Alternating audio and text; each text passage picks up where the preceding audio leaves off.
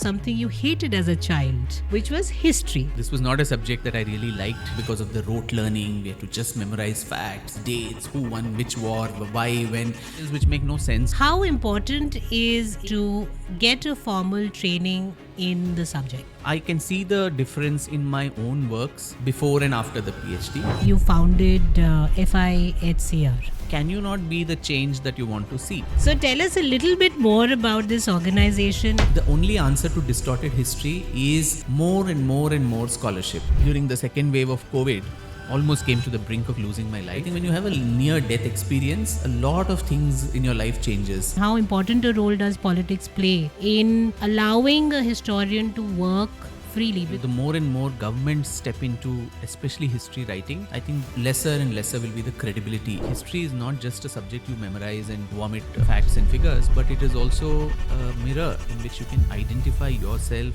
What is the injustice that we continue to do to Savarkar? Calling him all kinds of names of being a Maafi Veer, a coward, sold out stooge of the British, 14 years in jail, out of which 11 in Kalapani facing those tortures, 13 years of house arrest in Ratnagiri. What is it that you wanted to share through their stories? Uttishta Jagrita Prapya Varanna Bodha. Arise, awake, and strive for knowledge. Namaskar. A little boy who hated history and was often punished for not focusing enough, today is one of the leading historians in the country. In 2008, his first book on Vodayars came out.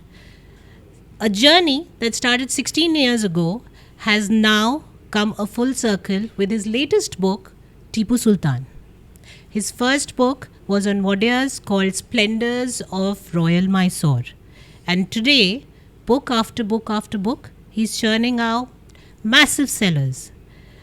We have with us none other than Vikram Sampath. Namaskar Vikram, welcome to the Indic Pen Uttishta Bharata series podcast. Namaskar Lipika, such a pleasure to speak with a friend who's now transformed into a very able podcaster. Oh, thank you. I'm still learning and I am so honored and so delighted to have you here today. We will keep this conversation very different from your usual conversations, which are very specific on the book. Thank God. You trained to become an engineer and then you did your MBA from some of the most prestigious colleges in India. And the natural progression for your career would have been a corporate job. Yes. And you do mention in your interviews that you took a very different path and picked up something you hated as a child, which was history. Yeah. Tell me what exactly triggered this? I think there are some things which destiny chooses you for. You can't plan everything in life, and I think my whole life's journey has been a series of serendipities and happy accidents where what you plan for never happens and something totally unexpected happens. I think that whole power of surrender, that I think there's a larger plan waiting for you to have, unfold in your life. I think that's what I'm increasingly beginning to learn. So as you said, this was not a subject that I really liked in school because of the rote learning. We had to just memorize facts, dates, who won which war, why, when. Extraneous details which make no sense to most young people in the country. Like most of us, yes. Most of us, me included. But during those growing up years, as a teenager, 12, 13 years old that I was, I saw this television serial, The Sword of Tipu Sultan on Doordarshan, where Sanjay Khan played the lead role. So in that serial, if you remember, just to show Hyder Ali and Tipu Sultan, his son, in a good light, and they had actually usurped the throne of Mysore from the Vodayars. The royal family of Mysore was shown in a very, very poor light. And that sparked off a lot of protests in different parts of Karnataka. There was even a fire that broke out in the premier studios of Bangalore. And Sanjay Khan's face had got burned. So a lot of people, in the media were circulating all these silly superstitions that it was the curse of the Vodayar because of which Sanjay Khan faced what he did. And as a young boy who was seeing all this, I don't know what triggered in me that I said, I just need to know the truth behind this false representation. My family had nothing to do with Mysore. So that's why I think some things are prarabdha. So, you are led into a path, and this was certainly one. And while initially the quest was only for that one king and queen who were misrepresented in the serial, soon the interest graduated to the entire family of the Vadiyars, and they ruled for 600 years, from 1399 to 1947 till the time of India's independence. Just these 40 years of the interregnum or the intermission was what they did not rule Mysore for, when Hyder and Tipu took over the throne of Mysore. At the end of almost 9 or 10 years of this madness, going to Mysore during every vacation, almost making it a family project, my poor parents, my maternal grandmother, all of them were dragged into this project, which was self-initiated, self-motivated, and also most importantly self-funded, but never was it with the idea that I should write a book on it. It was just the joy of discovery, the intellectual high that research and discovery gives, eureka moments that you have. I was meeting members of the royal family, some old archivists, historians, old timers in Mysore, and putting it all together in the form of a logbook, a personal logbook. But later I realized, after 10 years, while, as you said, my entrance exams, board exams, engineering, mathematics, MBA, this Mysore ka keeda was still there in my head for some reason, I don't know why. And so I also noticed after that there was not a single book that was written on them in the modern times, which covered the entire spectrum of their political, social, economic and cultural history of Mysore. And that is when a lot of friends suggested to me that you're good with words, so why don't you put this together in the form of a book? And so that's how, quite accidentally, Splendors of Royal Mysore, the untold story of the Vadiyars, it came out in 2008. And I thought it's a one book wonder. I'll finish this and go back to a corporate job I was already struggling in. But thankfully, there too, destiny had other plans. While I was researching on the Vadiyars, in the Mysore Palace, I came across a small box file full of letters of various visiting musicians who used to come to the Mysore court. And the Mysore court was almost like a cultural, melting pot, osmosis between cultures, between traditions and styles, art forms, Hindustani music, very seamlessly integrating not only with Carnatic music but also with Western classical music and so on. And quite accidentally, serendipity again, I came across Gauhar Jaan there in that box file. She was India's first classical musician and woman of the entire subcontinent to record her voice on a gramophone commercially in 1902, when recording technology came to India. And she had a very stormy life, and she actually died in Mysore as a state guest of the Maharaja after being completely paupered by all her male benefactors who cheated her. And so those 2 years of her life in Mysore was all that was there in that box file. And I don't know, on a whim, I decided that I need to write about this lady. And so one thing led to the other, and that book actually changed my life. Gauhar Jaan changed my life, where I think she got me that book itself got a lot of literary acclaim. It won the Sahitya Academy Award. It also won awards outside India, and it quite serendipitously again gave an opportunity for me to do a PhD in music and history. I had just gone to the University of Queensland in Australia for a lecture, and quite serendipitously, I had the heads of school of both history and music sitting in the audience. And after the lecture, they just came and told me, "Why you've done so much of work on this? Why don't you put it in the form of a PhD, which we'll be happy to support you with?" I didn't want an honorary one. I said I want to work for it. And look at my good luck, for which I need to be so grateful. There was a Indian, scholar there, historian, Professor Singhal, who had died with a bequest that, any Indian scholar coming to this university to study history, grant will be given to that scholar. Oh, wow. And that grant was going to expire in the next 6 months. And they were also very desperate to find an Indian scholar, and the Indian scholar appeared. And so it was a nice meeting of minds. And so fortunately, without even having to spend anything, and a lot of scholarships that the university gave me, I managed to finish my PhD over the 4 years. And that was on the advent of the gramophone to India, and what it did to the whole idea of musical consumption, and it's catapulting into global mass media. And which is why your other book after that was more on my thesis also was turned into a book by Routledge in London. So So that way, like we started, I don't think make it happen is what I see here. I think some things just happen by themselves. Just You don't have to happen. make it happen. True. They're destined to happen. Yeah. But that brings me to a very important question, and I think most of the people who would like to, write history, how important is it to get a formal training in the subject? I think it's very important because I can see the difference in my own works before and after the PhD. Okay. I mean, Splendors of my Royal Mysore is of course very close to my heart, being my first child. But when I see that and this latest book on Tipu Sultan, I see the manner in which I engage with the sources, the manner in which I actually, my referencing, my citations, and also how do I critically look at the sources. History is a constant dialogue between the historian and his facts. So how are you critiquing the primary sources? How are you triangulating facts? Same incident looked at from multiple perspectives. In Tipu's case, if you're reconstructing his life, you can't rely only on his life, his own works. You have to triangulate it with facts from the French accounts, from the British accounts, from the Persian records of his own court chroniclers, the Right. Kannada records from the Hindu Wadiyar side, Right. and look at it holistically and use a modern lens to analyze them.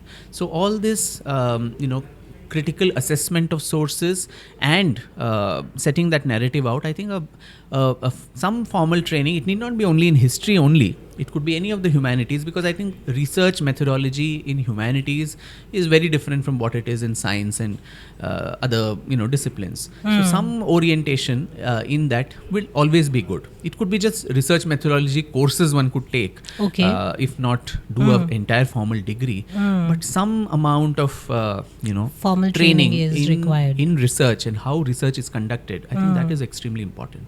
And that is how or why you founded FIHCR. That's right. Yeah. So tell us a little bit more about this organization and what and how does it assist people in probably getting initiated or entering this area of history writing. Yes.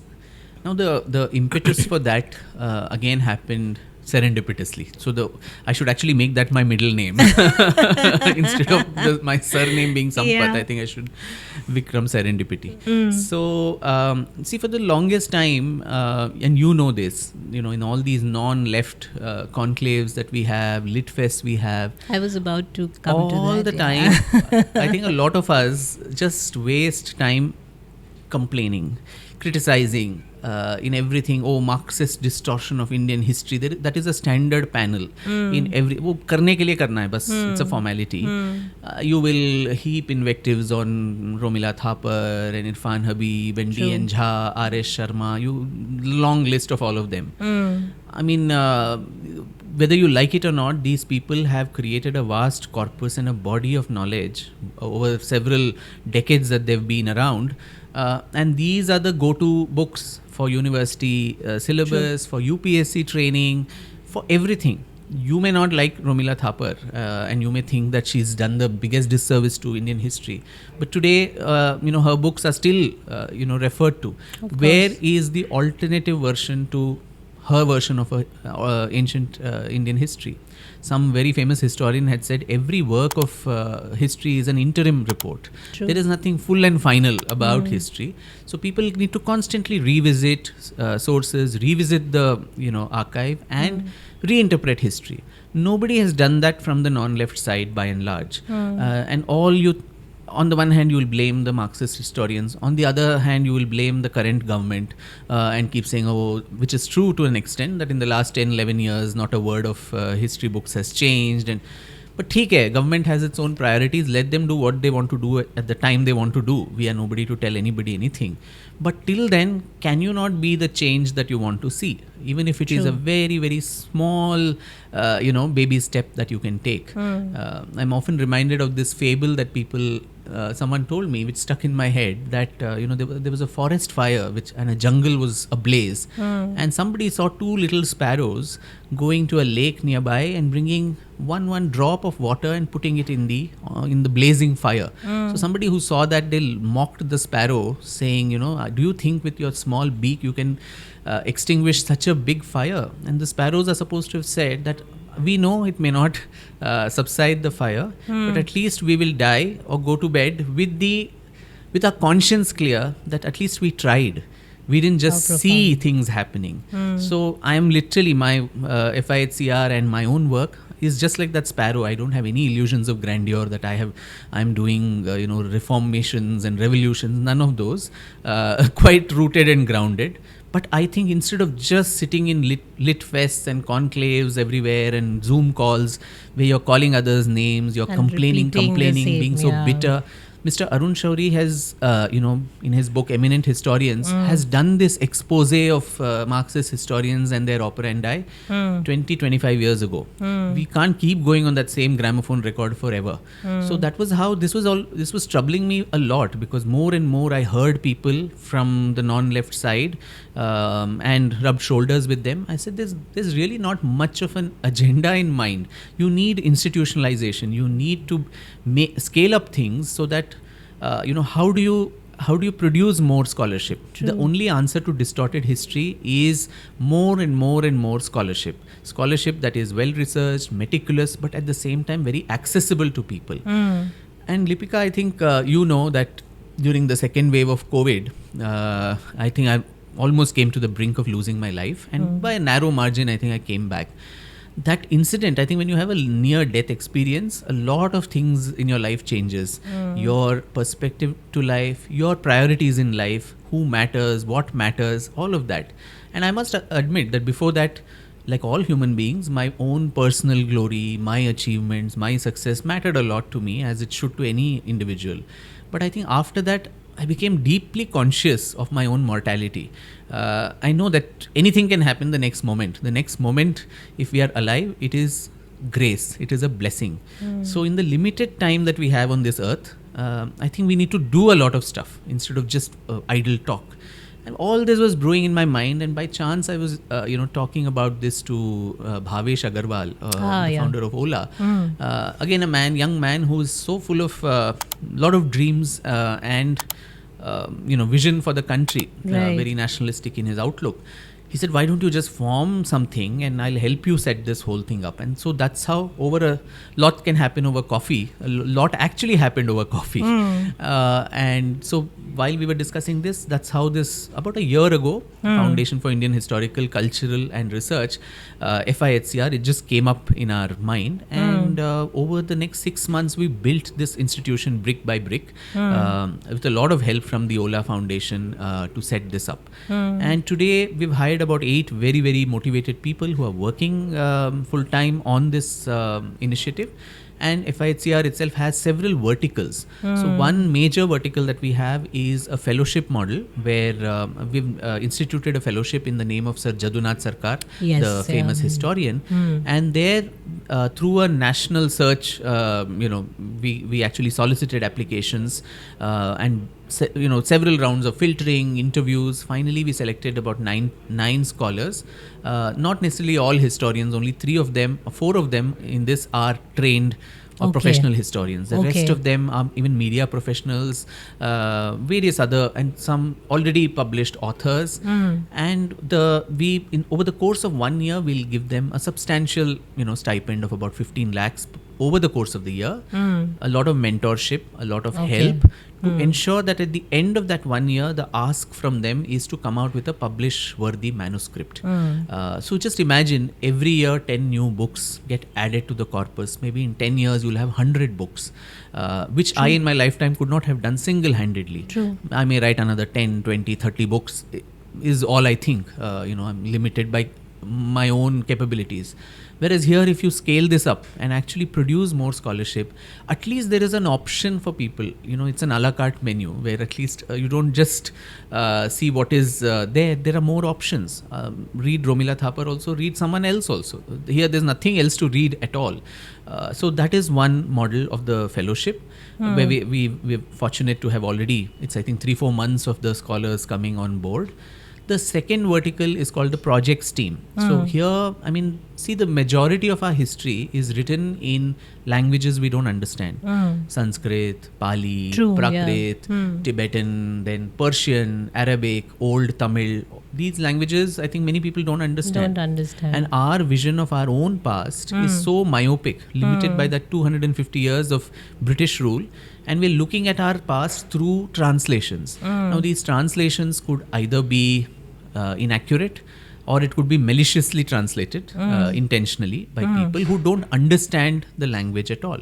In Sanskrit, one word can have some 10 meanings depending on the context. So for me as a modern historian today to learn all those languages, I think it will take a couple of lifetimes. So what we thought was, why can't we create like a multidisciplinary group of scholars where a modern historian interacts with a linguist of that language, maybe an archaeologist. Historians and archaeologists never talk to each other, though their disciplines are so closely intertwined. Some things may need a geneticist's support if you're talking about Aryan invasion, the myth of it, and so on. Similarly, geologist or whatever. So a multidisciplinary group which will go back to the primary sources as they are, access them, and come to a conclusion. So our first project is, and this we incubated in educational institutions. Our first project is with the Nalanda University. And our theme there is to investigate the rise and fall of Buddhism in India. So what was the reason for Buddhism actually disappearing from the very country where the Buddha was born and of its origin? Was it, as Marxist historians make it out to be, that it is because of the so-called Hindu persecution of Brahminical suppression, as is made out to be? What do the primary sources say? And what do the Nalanda ruins, the archaeology behind that, what do they actually reveal? There is so much misinformation spread on that. So we have a set of people, a Sanskrit Pandit, we have someone who's a Pali and Tibetan expert, a Buddhist monk, a very famous archaeologist, all of us working together. And the outcome there would be lots of a book series, research articles. Maybe we'll start a journal at some point on Indian history. We don't really have one in India or even outside. So that is one second vertical which we're trying to put together. The third is something I am very curious to see how it shapes up, called Yuva.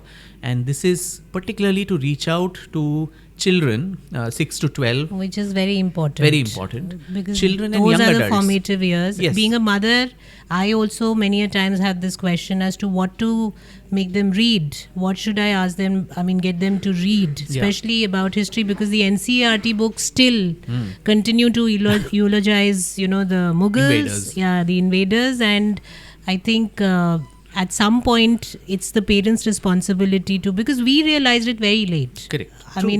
Realizing that there have been mistakes in how we were taught history.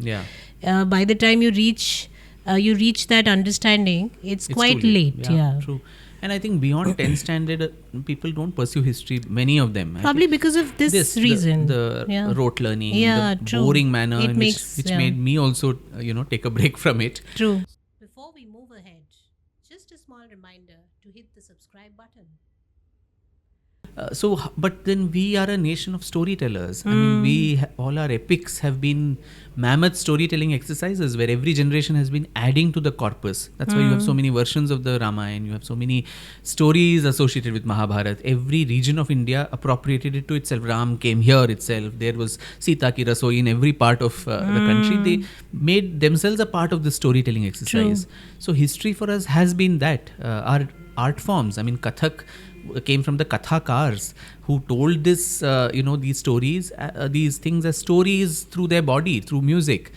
So where did this art of storytelling get lost in the country where it was so popular? And why should children who otherwise would like to hear a Raja Rani ki kahani and all those things actually hate a subject which is so fascinating? And in those stories, there are also a didactic element, some amount of good and bad, which is put, that famous shlok joke that is attributed to Kalhana about what is history, what is the utility of history. He says, dharmartha kama mokshanam upadesha samanvitam kathayuktam puravrittam itihasat chakshmate. So the puravrittas, or the narratives or stories of the past, told to you in a beautiful kathayuktam, as nice stories, for the attainment of the purusharthas, dharma, artha, kama and moksha, but very importantly also have an upadesha samanvitam. There has to be some learning, a moral of good and bad, which is what our epics and Puranas are all about. That is called itihasa, and itihasa also translates to it thus happened. Ye aisa hua tha. That's it. There's no so many retrofitting of today's politics and all of that. So for a country like that, why can't we make this interesting for young people? So children 6 to 12 and 12 to 18, 19 young adults, in the language they understand. It's very important not to sound preachy, not to talk down to them. If they like 40 seconds Instagram reels, if they like animation videos, show it to them in that. Of course, it should not be the what is derided as WhatsApp history, where unverified things come out. True. It is well researched, as I said, meticulously researched, but accessible research. It should not be in such an obtuse language that nobody, you're talking to yourself in an echo chamber where you hear your own voice and no one understands, which is what a lot of historians tend to make their work as. So Yuva is doing that. In fact, we've also launched a nationwide, and through your podcast, I hope more and more children apply. For grades 6 to 9, we've just started a Sri Aurobindo National Essay Contest on history with a few topics.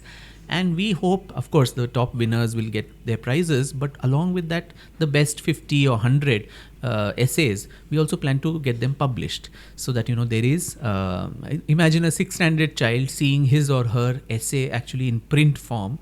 I think it does a lot to cultivate interest in that subject. Of course. We have to, of course, see, are these essays AI generated? These days, ChatGPT can give you anything. That's this a big entire challenge, book, yes. Write about Tipu Sultan in 3 lakh words. I think ChatGPT will generate that also. That as well. So to see those things, and we've also commissioned projects to some children's authors, animation books, and those type of things, animation videos and children's books. These things are something on the anvil with Yuva.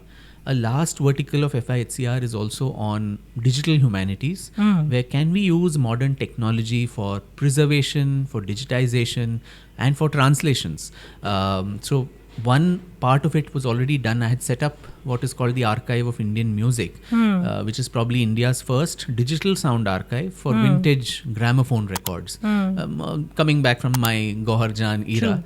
Because that time, as a student of music myself, I was very keen to listen to her voice. How did she sound? Analyze her music as well. But it was so tough to get those, because those 78 RPM shellac discs, you hardly find them. The machine on which it plays is also, out of circulation. And they are all found in chor bazaars and raddi shops, where people, the valuable cultural inheritance of this country lies rotting in these places. And during a, visit to Berlin on a fellowship, I made a large, visit to all the sound archives, and every place in Europe has a national sound archive, in Vienna, in Paris, in London, and other places. And I was also surprised to see there that a large set of Indian holdings were also there with these archives. And that's not only of music, but also voices of people. For instance, in the Berlin, there was an archive called the Laut Archive, which had about, I think, 200, 250 voices of Indian prisoners of war of the First World War, who were in German war camps. Asked to speak something in their native language, and so much of documentation around it. And they constantly kept asking me, doesn't India have a national sound archive? And I said, well, as an Indian, as a student of history and music, it was very embarrassing to say we don't have one. We find all this in chor bazaars in Chandni Chowk, or Moor Market in Chennai, Avenue Road in Bangalore, Dharamtala Mosque area in Calcutta. That's where these are. So this archive, which was set up with the help of Mr. T.V. Mohandas Pai then in 2011, we've actually brought about 15,000 gramophone records from these shanties, across various genres. So it is Carnatic, Hindustani music, folk music, theatre recordings, early cinema from the Saigal and the Devika Rani era, voices of leaders like Gandhi and Tagore and Subhash Bose, and digitize them. And it's freely accessible to people. So sitting in the comfort of your house, your viewers can go to soundcloud.com, and if you type Archive of Indian Music, I think we have about 2,000, 3,000 tracks already uploaded. Fantastic. And we have 4.5 lakh followers there, which shows that people who will consume this content, why is it useful? With zero marketing, with zero dissemination, it's just organically grown over the years to such a big corpus. So I think there is hunger, there is a need for this. But this also displays, I think, the challenge that, and the shortcoming of our education system, that we don't train or teach our people to document our present today for it to provide as a background for history of tomorrow. So since you mentioned about the Marxist historians, forever taking over the space of history telling, and of course, politics plays an important role. We also know that history is always told from a winner's lens. And for the last 10, 11 years, we've had a government which is supposedly providing that kind of support to the alternate voices to grow. Not really. Not really? Well, indirectly helping maybe. There's and I'm glad that the government is not stepping into this, because the more and more governments step into especially history writing, I think lesser and lesser will be the credibility of the work, because you can't counter one distortion with another set of distortions. True. I think what the last 10 years and the government's role has been, at least there is an openness for alternative viewpoints today. Was that the reason why you came out with your Savarkar book, another very controversial personality, only after this government was? No, I would never depend on what the political climate or that, because just doesn't matter. A lot to of me. accusations fly away saying कुछ तो that लोग कहेंगे, लोगों का काम है कहना. True. I don't care about what people say. True. Yeah, Savarkar was brewing in my mind for a very, very long time. So people should understand that books like this take a long time of gestation. It's not as if aaj kuch soch liya, next day there is a book out. For this Tipu Sultan book has been in my head for the last 15 years. And I couldn't write it for various reasons, things at home, things in the society and so on, but constantly my mind is working on them. I already have 4 or 5 books in my head about what I need to do for the next 15 years if I'm alive.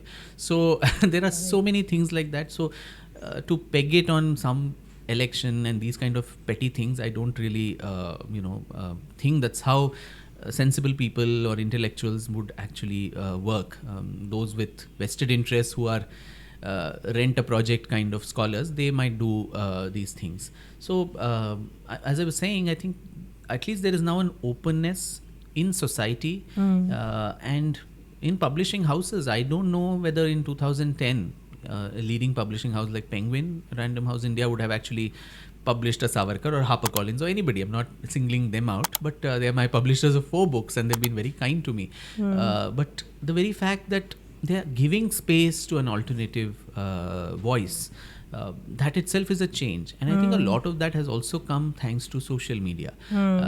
Social media can come with its pros and cons. True. People can say all this WhatsApp history and unverified claims. That's part of the game. It's the nature of the beast. You even get history is battled out on Twitter these days. Yeah. Which is fine. Which is there are various bastions where you fight. True. Which is okay. But the democratization of knowledge, the democratization of information, where today there is not one power which is sitting from a pulpit and telling everyone this is what is true, this is what is right and wrong, this is how you need to read, this is whom you need to read. Information is so easily accessible that fact checking fake things that anyone puts can be done very easily by anybody, not True. the usual fact checkers who are very infamous, but true genuine ones who can do it. And history too. So today, even if some JNU historian says something, there'll be 10 people who can fact check that. And similarly, whatever I say, there'll be 10 people who can fact check me. I can be wrong, they can be wrong. So this democratization has happened. Podcasts like this, platforms like this, which actually carry our voice wide and far. Today, mainstream media has actually become irrelevant. You know very well, as someone who's also marketed books, that media, especially print media, is still stuck and frozen in some previous era. So books which have an alternative voice don't get featured in the print media. In fact, slowly they've been made irrelevant by the new media. Correct. No, but some newspaper carrying a review or an author's interview, nobody cares for them these days. The entire subscriber base to a podcast channel is probably 10 times what an all-India sale of several of these newspapers. Of course. So they're no longer the gatekeepers of knowledge. They are no longer the ones who will decide what is good, what is bad. I don't like him, so I'll give his book a bad review. Nobody cares. You can do what you want. You're just showing your pettiness, but you're not influencing any reader. You're just doing a confirmation bias with those small set of people who read you.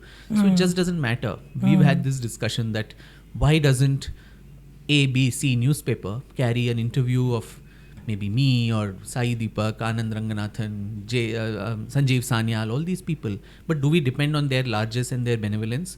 We have people who read us thanks to this, information overload and platforms like this, which have, as you said, made traditional media so irrelevant. The sooner they wake up and smell the coffee, it is better for them.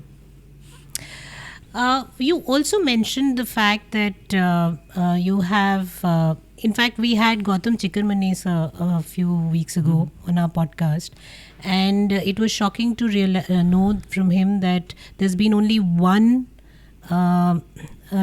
thesis that's been written on Sri Aurobindo in the last 50 years, and that was done by Dr. Karan Singh.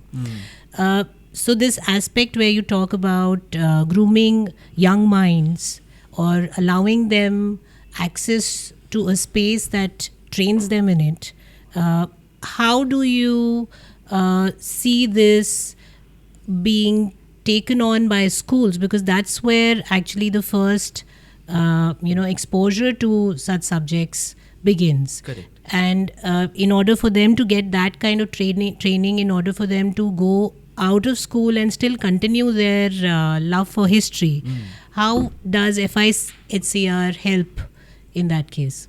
Yeah, so in fact, as part of the Yuva program, we have actually have conducted some amount of surveys where we are trying to see what is the voice of the student, what is it that they want to read in their history books, which they don't have currently. We are also surveying, I think, the history teachers to see what do they think are the lacunae in the current textbooks.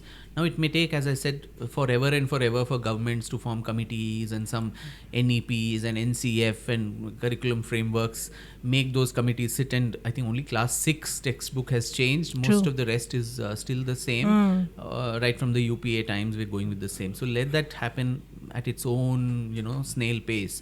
But parallelly, can you have any kind of supplementary reading material which is interesting, which the students want to read, which the teachers would have loved to teach but cannot teach as part of the syllabus. Right. And this will be less burdensome because there is no exam based on this. It's just told to you in a nice, interesting manner. That is what we are trying to put together. And maybe through that, once there is an interest kindled in the subject, and it's also we underscore the importance of it, that history is not just a subject you memorize and vomit facts and figures, but Correct. it is also a mirror in which you can identify yourself as a nation, as a people, and as a civilization. So I think that awareness itself can go a long way in generating interest. Some quick questions on some of the books that you've written. One is, why was it important to tell the stories of the warriors?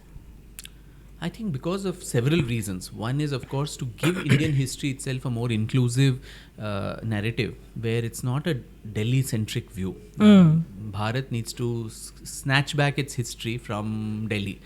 Every small dynasty which has ruled this part of the country gets disproportionate space. I'm not saying remove anybody. I am totally against this, remove that, cut it down, because you can't wish away your past, whether you like it or not. Khiljis, Lodhis, Mughals, Tughlaqs, all of them, Tipu Sultan, they were all part of our history. True. But then expand the net, reduce content there, and also include dynasties of the south, dynasties of the northeast, and all of these people, their stories, not just royal families but also subaltern voices True. from these places. So the Wadiyars, who were one of the longest reigning royal houses of India, who ruled for 600 years, whose several achievements, laid the foundations of a progressive, cosmopolitan, modern Karnataka.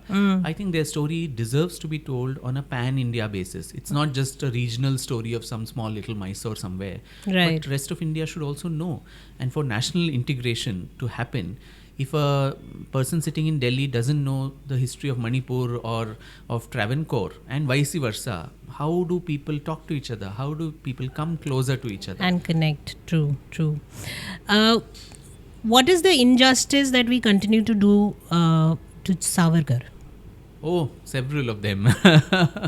Calling him all kinds of names of being a Maafi Veer, a covered, a sold out stooge of the British. I mean, someone who sacrificed his life, faced the kind of tortures in Kalapani. His whole family suffered. All his degrees were taken away, properties confiscated. In such a scenario, 12 years, a young man whose, I think, 27 years of his life snuffed out, 14 years in jail, out of which 11 in Kalapani facing those tortures, 13 years of house arrest in Ratnagiri, someone who spoke about caste eradication and consolidation of the Hindu society. Today we are talking of batenge to katenge and all of that, ek hai to safe hai. This was talked about 100 years ago by Savarkar, who championed things like intercaste marriage, intercaste dining, entry to temples, Hindu temples for all castes, started the Patit Pavan Mandir in Ratnagiri. For someone like that to be called these names, though exonerated by the highest court of the country, implicating him in Gandhi's murder, calling him an Islamophobe, all these which without any context, without any facts, I think these are the biggest, travesties we do with his memory and legacy. Very ungrateful nation that we are. True. From Lachit Borphukan to Rani Abbakka to rest of the Bravehearts that you've covered after Savarkar, why do you think, what is it that you wanted to share through their stories? Several things. One is what we spoke earlier of making Bharat's history inclusive. So all those 15 people, Bravehearts, are from various parts of India, spread out across various time spans. And the common feature is also, this narrative that we as India and Indians always kept losing battles, that we are a nation of losers. So here in Bravehearts of Bharat, I've tried to bring out stories and incidents in our history where we actually won battles also, right from Naiki Devi's defeat of Muhammad Ghori in the Battle of Kasarhada to Lachit Borphukan defeating the Mughal army in the Battle of Sarai Ghat to a Martanda Varma defeating the Dutch in the Battle of Kolachal. Banda Singh Bahadur, Kanhoji Angre, Abbakka's fight against the Portuguese, Lalitaditya Muktapida of the Karkota dynasty in Kashmir, who defeated the Arabs, Velu Nachiyar in Tamil Nadu, or the Rajendra and Rajaraja Chola, who took, the flag all the way to Southeast Asia, to Sri Vijaya, to Maldives, to Sri Lanka, and simultaneously 7 out of these 15 being women. I'm a total male feminist, so history should not become his story. I think there is a deep element of her story also in it. Well. And we were speaking earlier of Ranis like Karnavati, Durgavati, whose stories are just there in oral history. There is so little documentation because even in the past, their stories have never been written down. Naiki Devi could have defeated Muhammad Ghori, but even Gujarat's chroniclers did not give her any place of prominence. Velu Nachiyar in Tamil Nadu, Rudramma Devi in Warangal. I think there's a need that is there to at least put these stories, their names, and some rubric of a biography, if not a complete one, into print so that it remains forever. So I think through that one little book, which is not as fat as most of the others, the idea is to bridge so many, cover so many gaps that exist in the way we look at our past. And that we were not a nation of losers. The reason we continue to exist, this grand civilization continues to be uninterrupted, is because of the fight we put. Very true. Kashi has been a very long battle again. And, it's often said that, गड़े मुर्दे क्यों उखाड़ने हैं आपको. There are two warring communities there. To bring peace we should try and not talk about it or forget such past which brings back memories which are better forgotten for the sake of peace. What do you have to say? Because you've written a full-fledged book on Kashi Vishwanath. The Gyanvapi history. Yeah. Gadhe Murde, have the Murde actually been Gadhe, or has there been an endless fight for certain places? Getting justice for your ancestors is something that every civilized society needs to do. And the larger, we are also talking about these in the context of the huge scam that is going on in the name of the Waqf, where everything, right from the Parliament of India to Mukesh Ambani's house is supposedly a Waqf property. Yeah. 1,500, 600-year-old temple becomes a Waqf property at a time when probably Islam was not even born. So in such a scenario where you just want to land grab, in that context, when one looks at this, and I've repeatedly said this on several platforms, that there's a lot of talk that happens on social media saying, all the 40,000 temples we want back and reclaim. First of all, we don't have any idea of the number, whether it's 40,000, whether it's, Sitaram Goyalji talks about something like 2,000 and odd temples, which also he says is the tip of the iceberg. So while the Islamic chroniclers with pride they documented the number of temples they broke, we don't have idea as to which was where. So I think time has come for a truth and reconciliation sort of a mechanism in this country where both communities have to sit together, and the onus is more on the Hindu community to actually document which are those important places and the evidence around it. You can't. So how does this issue get resolved? It gets resolved only in two ways: either through negotiation and give and take by both communities, or you need to go to the court and file, like what we saw, keep seeing Vishnu Shankar Jain and Hari Shankar Jain ji going on filing cases. Mathura, Kashi, then Sambhal and Bhojshala. So case by case it will get handled, or you have a entire list which we prepare and then have the leaders of both communities sit together and decide in a give and take, because there's a huge theological difference where in the case of a mosque, even in Islamic nations, mosques are routinely transplanted from one place to the other for purposes as mundane as railway line setting or widening of roads. Whereas in the case of a Hindu temple, there is a Pran Pratisthit deity that is there. So there is a difference. So both communities need to talk. I know it's a very difficult proposition, and I'm sure a lot of people will give galis in your comments saying this is Mungeri Lal ke Haseen Sapne. But unless you do that, you can't have a civil war and an unrest in India all the time. I think what happened post-independence in the larger issue of nation building and the Nehruvian consensus, uncomfortable truths going under the carpet, they don't die. Truth has a very inconvenient manner of resurfacing every now and then. So the ideal thing would be, we have a very disturbed past. We have a lot of wounds and traumas there. Intergenerational memories and pain still exists. You need to heal those. You need to talk about these, come to a resolution and say thus far and no further. You can't keep raking this up every day. Do you want a scenario where your grandchild or great-grandchild also wakes up every morning to a newspaper article saying some court is hearing an ASI survey about this and that? I think people need to come to terms with it. India is poised for greatness, and as a historian I'm saying, please don't be obsessed with your past. Leave that for academic study. But these disputes are very important because if it holds a lot of significance to a particular community, then those things need to be documented properly, and as I said, either through the judicial method or through negotiations are the only. You can't have a mob and a riot, break a structure and put another structure in place. So people need to think how to resolve this and not make it a new issue every day, thereby also tearing the fabric of the country. And the Kashi story is, it's a 1,000-year war of resilience and resistance. Our ancestors never gave up on that spot. Every time a temple was broken, right from the times of Qutubuddin Aibak till Aurangzeb, just next to the original temple, a new temple would come up. And today's temple there is the work of efforts of Devi Ahilyabai Holkar. But there were several other structures there which they kept breaking time and time again. And the Hindus never gave up on their structure. And as is said in Hindu law, once a temple, always a temple. Always a temple. So these things need to be, through goodwill and negotiation if possible. And even if you have to go to the court, you have to marshal evidence. So research, particularly historical and archaeological, is inevitable in this case. Just empty rhetoric and social media, claps that you get, I don't think that will help solve this, because you can't say, I feel this is my temple, so give it back to me. The court will ask you, where is the evidence for that? So I think there has to be a well thought out strategy and plan. It's largely a intersection of history, archaeology and the law.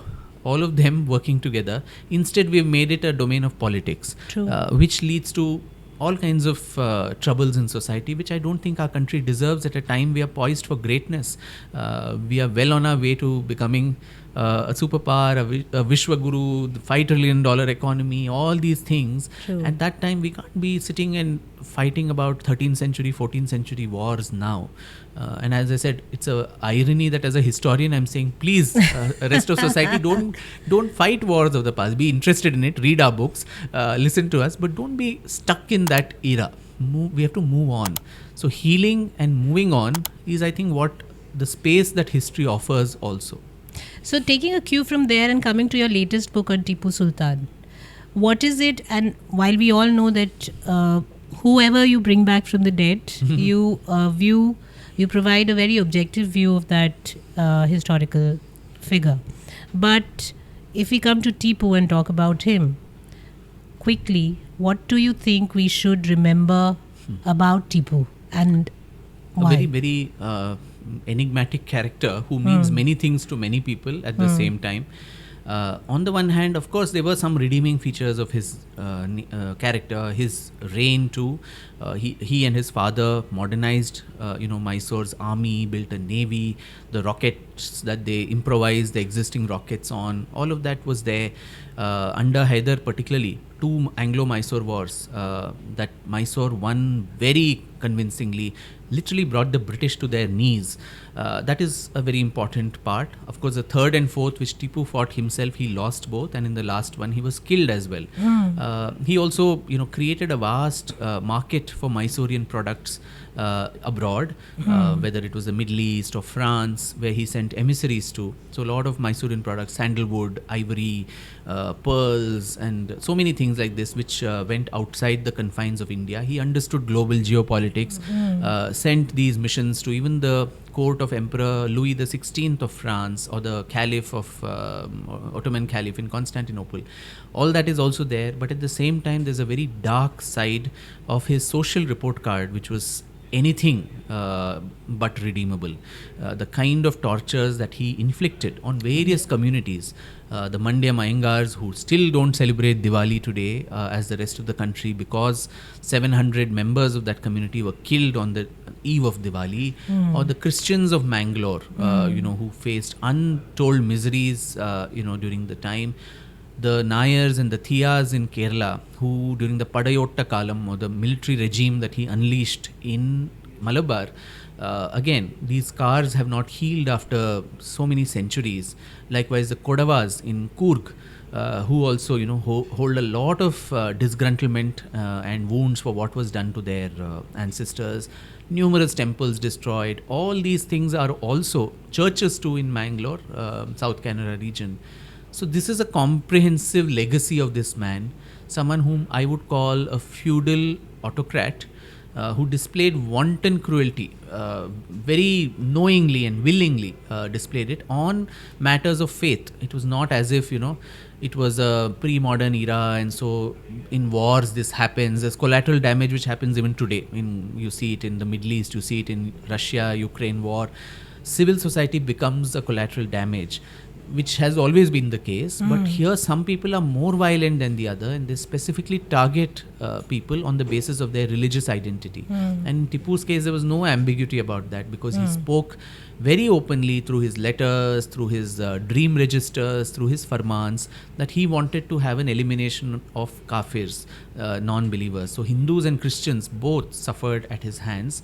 So I think this is a well-rounded picture, a 360-degree picture of Tipu, and then, with this information, then realize, do we need to valorize such characters? Can you call someone like this a freedom fighter just because he fought the British? He never fought the British with the idea of liberating India. He fought the British just as he fought the Nizam or the Marathas. They were just yet another player. He fought for himself, his honor, his kingdom, and to save that. And he was allying with the French, who were no less colonial than the British. So if by some stroke of luck he had won, we would be speaking this in French and not in English, because the whole of India would have become a French colony, or an Islamic caliphate that he wanted to make this into, with the invitation to Zaman Shah of Afghanistan to invade the nation.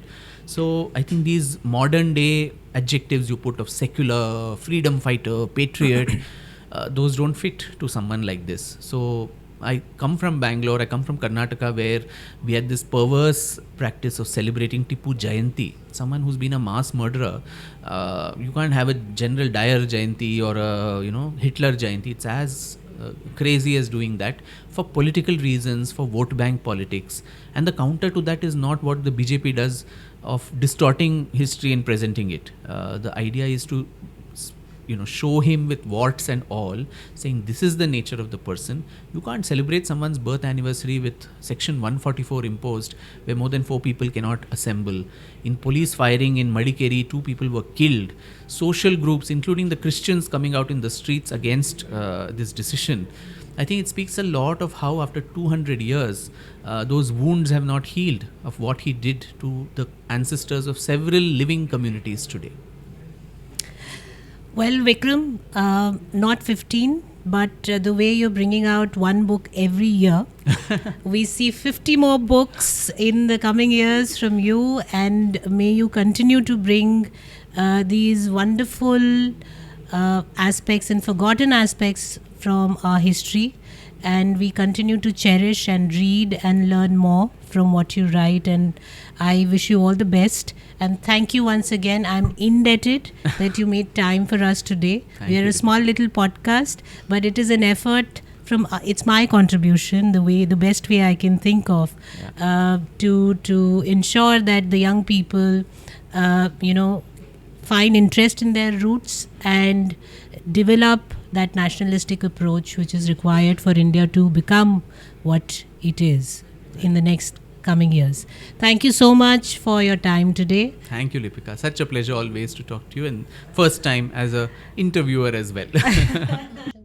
If you want to continue listening in to such interesting conversations about Bharat, do like and subscribe.